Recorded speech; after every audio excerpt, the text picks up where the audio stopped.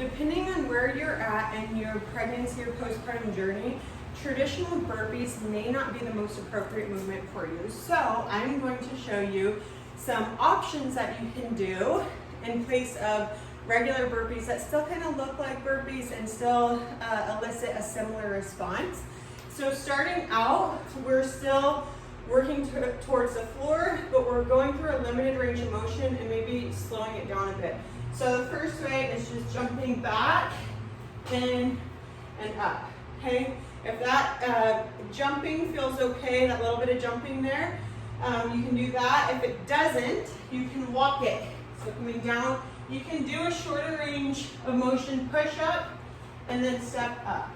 So again, you're walking back, lowering down, and coming up. If you notice some coning through your abdomen or any sort of pulling sensations on that push-up, take the push-up out and stay in that plank position like the first option. Okay, then moving to a box or some sort of elevated surface, you can do a burpee against this. So jumping back and up. Here. If that impact doesn't feel good, you can either walk them like what we did on the floor, or you can do a squat into a push-up. If you're noticing any pulling sensations in your abs there, try it against a wall or some sort of higher elevated surface and change up your breathing a little bit. See if that can elicit a different response through your core and feel a little bit better for you.